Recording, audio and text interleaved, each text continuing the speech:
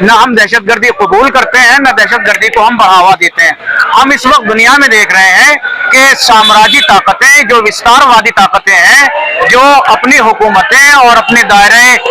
اقتدار کو بڑھانا چاہتی ہیں، دوسرے ملکوں پر قبضہ کر کے اسرائیل کے ذریعے سے امریکہ یا دوسری جو سامراجی طاقتیں ہیں وہ فلسطین کو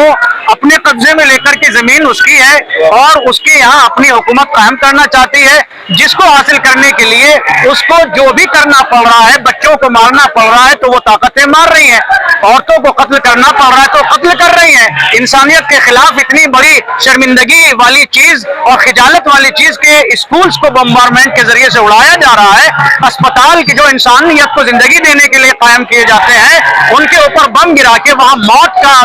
کی سوداگری کی جا رہی ہے، موت کا بازار گرم کیا جا رہا ہے، اور ایک کمزور اور کچلے ہوئے طبقے اور ملک کے خلاف یہ اتنی طاقت والی حکومتیں اکٹھا ہو کر کے آئی ہیں اور ان کو کچلنے کا کام کر رہی ہیں۔ ہم اسی کے خلاف آواز اٹھانے آئے ہیں کہ انسانیت کی قدریں مٹا دی گئی ہیں، انسانیت کے خون کی کوئی قیمت اب نہیں ہے۔ سب کو سامراجی طاقتوں کو صرف یہ ایک چیز کا خیال ہے کہ ہم بڑے سے بڑے ہوتے جائیں، ہم پھیلتے جائیں، ہم وسیع ہوتے جائیں، دوسرا جو ہمارے سامنے ہے اس کے انسانوں کا خون بہے، عورتیں ماری جائیں، بچے مارے جائیں، انسانیت کا کوئی ان کے یہاں پاس نہیں، انسانیت کا کوئی لحاظ نہیں۔ جب انسانوں کو کچل کے تم اپنی حکومتیں بڑھا رہے ہو تو وہ حکومت حیوانوں کی حکومت کہی جا سکتی ہے، پھر انسانوں کی حکومت نہیں کہی جا سکتی۔ اس لیے کہ بات یہ ہے کہ جو حقیقی آزادی والے لوگ ہیں، جو انسانیت کی قدروں کو جاننے والے لوگ ہیں، ان کے یہاں تو حکم یہ ہے، مثلا میں اپنے مذہب کی بات بتاتا ہوں کہ آج سید شہید حسن نصر اللہ کو مسلمان کہہ کے دہشت گرد بتایا جا رہا ہے، اور ایران کے لوگوں کو، مظلوموں کو، ان کے بہادروں کو، عراق کے بہادروں کو ان کو دہشت گرد بتایا جا رہا ہے۔ اگر وہ مظلوم فلسطین کی مدد کر رہے ہیں کہ یہ دہشت گرد ہے، اگر ایک طاقتور کو، ایک ظالم کو، ایک جابر کو، ایک ستمگر کو اگر کوئی ہاتھ دکھا کر سامنا کر رہا ہے، مظلوموں کا دفاع کر رہا ہے، تو اس کو دہشت گرد بتایا جا رہا ہے، اور کیا کہہ کے بتایا جا رہا ہے کہ یہ انسانوں کو مار رہے ہیں۔ ہم اپنے مذہب کی بات بتاتے ہیں کہ ہمارے یہاں تو انسانیت کی قیمت اتنی ہے کہ ہماری جو سب سے بڑی عبادت ہے جس کا نام ہے نماز، اگر نماز کے لیے کوئی آدمی وضو کرنے بیٹھا ہو جس کے بغیر نماز نہیں ہوتی ہے، اور اس کے پاس صرف ایک جگ پانی ہے، ایک مگ پانی ہے، اس کے علاوہ اس کے پاس پانی نہیں ہے کہ جس سے وضو کر سکے، اور اس کے سامنے کوئی کتے جیسا جانور آ جائے کہ جو پیاسا ہو اور اس کو یہ محسوس ہو کہ اگر اس کو پانی نہ دیں گے یہ کتا مر جائے گا، تو ہمارا مذہب کہتا ہے کہ پہلے ایک مخلوق کی جان بچانا واجب ہے، وہ جانور ہی کیوں نہ ہو، تم نماز ڈیلے کر دو، بعد میں پڑھ لینا، ہم تمہاری عبادت کو قبول کر لیں گے، مگر ہمارا حکم یہ ہے کہ کسی کی جاندار کی جان نہیں جانا چاہیے، وہ جانور ہو یا کوئی اور مخلوق ہو۔ تو ہم تو اتنے اقدار کے جو انسانی اقدار ہیں ان کا اتنا خیال رکھتے ہیں، تو اب ہم کسی انسان کو مار کیسے سکتے ہیں، کسی انسان کا خون بہا کیسے سکتے ہیں؟ جب ہم بہا نہیں سکتے تو کسی کے ذریعے بہاتا ہوا خون، بہتا ہوا خون ہم کو بھی برداشت نہیں کر سکتے۔ ہم کسی کو نہیں دیکھ سکتے کہ کوئی کسی بے خطا کو، کسی مظلوم کو، کسی معصوم کو کچلے اور ہم خاموش رہیں۔ یہ ڈیوٹی اللہ نے جیسے اس کتے کو زندہ رکھنے کے لیے ہم سے کہا کہ کتا سے اس کی جان بچاؤ، ویسے جب انسانوں کو مارا جا رہا ہو تو اللہ نے ہمیں حکم دیا ہے کہ آگے بڑھو، اس انسان کی جان بچاؤ، ان مظلوموں کی جان بچاؤ، ان غریبوں کی مدد کرو، اور اگر تم مدد جا کے فزیکلی نہیں کر سکتے، تم دور ہو، تو جو بھی ذریعہ تمہارے پاس ہے اس ذریعے سے مدد کرو۔ اے فلسطین کے مظلوموں، اے لبنان کے مظلوموں، اے ایران و عراق و سیریا اور دنیا میں جہاں جہاں بھی، میں نے تھوڑی دیر پہلے چینل کو اور بات بتائی کہ ہم صرف یہ نہیں کہ فلسطین ہمارا ملک ہے یا لبنان ہمارا ملک ہے، ایسا نہیں، ہم اس جذبے کے تحت ہی نہیں، ہم تو یہ کہتے ہیں کہ اگر اسرائیل میں بھی ظلم ہو رہا ہو، اسرائیل میں بھی لوگوں کو ستایا جا رہا ہو، تو ہم ان کے لیے بھی کھڑے ہوں گے، ان کی حمایت میں بھی آواز بلند کریں گے۔ ہم تو یہ کہتے ہیں کہ انسانیت، حق، سچ اور سچائی جو ہے اس کا بول بالا ہونا چاہیے، ظلم، ستم، جب اس کو دفن ہونا چاہیے، اس کو مٹنا چاہیے، اس کو رکنا چاہیے۔ ہمارے پاس اور کوئی طریقہ نہیں تھا، ایک طریقہ یہ تھا کہ ہم یہاں آئیں اور پرامن احتجاج کی صورت میں اپنی حکومت کی خدمت میں یہ بات پیش کریں کہ ہماری بات کو سنیں اور ہماری بات کو آگے بڑھائیں اور ہماری مدد کریں۔ ہم اپنی حکومت کو گالی نہیں دے سکتے، ہم اپنی حکومت کو برا کہنے نہیں آئے ہیں، ہم تو اپنی حکومت کے ہاتھ مضبوط کرنے والے لوگ ہیں، ہم تو پرامن لوگ ہیں، ہم تو یہ ہے، ہمیں اپنی حکومت سے امید ہے کہ ہم ہماری بات کو آگے بڑھائے گی اور ہمارے مقاصد یا جو ہمارے مطلوبات ہیں, ہماری ڈیمانڈس ہیں, ان کو انشاءاللہ ہماری حکومت بھی سنے گی, آگے تک پہنچائے گی. انشاءاللہ اس ذریعے سے مظلوموں کی حمایت ہوگی, ظلم کا خاتمہ ہوگا. ہمارے مرجع, ہمارے مولا, ہمارے امام نہج البلاغہ میں امام علیہ ارشاد فرماتے ہیں کہ کفر کے ساتھ حکومت ہو سکتی ہے مگر ظلم کے ساتھ حکومت باقی نہیں رہ سکتی. آج ہم لوگ یہاں پر بنگلور کے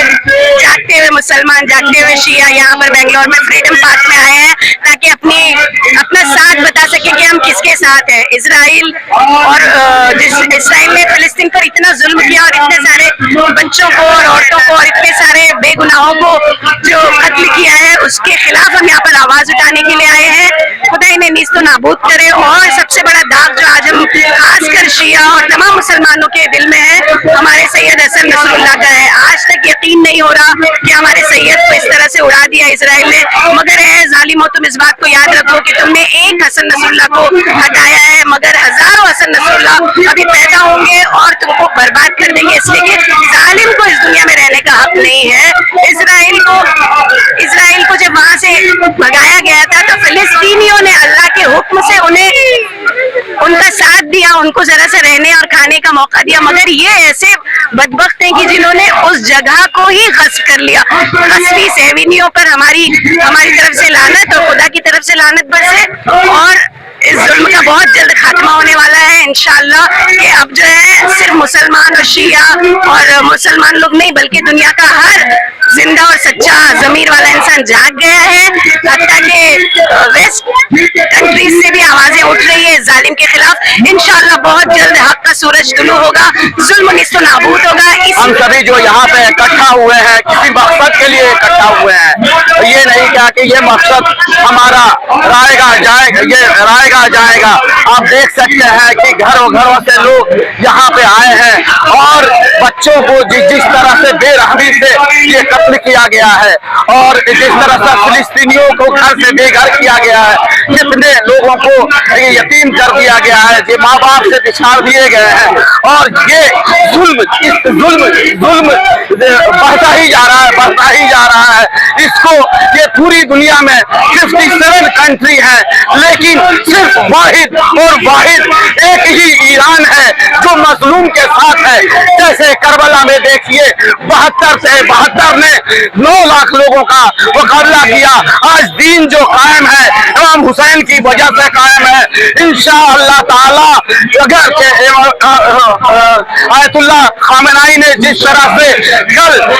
جمعے کی نماز میں یہ سبق دیا ہے, لوگوں نے کہا کہ وہ چھپ گئے. ارے چھپ نہیں گئے, وہ تو ایک شیر ہے اور ببر شیر ہے جو پوری دنیا کو یہ بتا دیا کہ تم چھپ سکتے ہو, لیکن میں اسلام کو آگے لے کر کے جاؤں گا اور ضرور جاؤں گا. کسی سے یہ ایران ڈرنے والا نہیں ہے اور فلسطین آج نہیں تو کل جیت کر رہے گا. خدا حافظ. سنسکرت میں ایک کہاوت ہے, وناش کال وپریت بدھی. جب انسان کا خاتمہ ہونا رہتا ہے اس کی بدھی اسے چھوڑ دیتی ہے. آج اسرائیل کے نیتن یاہو کی یہی حالت ہے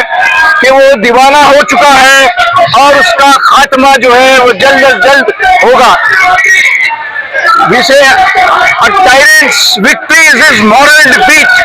ایک ظالم کی جو فتح ہوتی ہے وہ اس کی اخلاقی جو ہے وہ شکست ہوتی ہے. تو یہاں دیکھنا یہ ہے کہ فلسطین کے اوپر 70 سال سے جو ہے وہ آکوپائی کر کے رکھا ہے, لیکن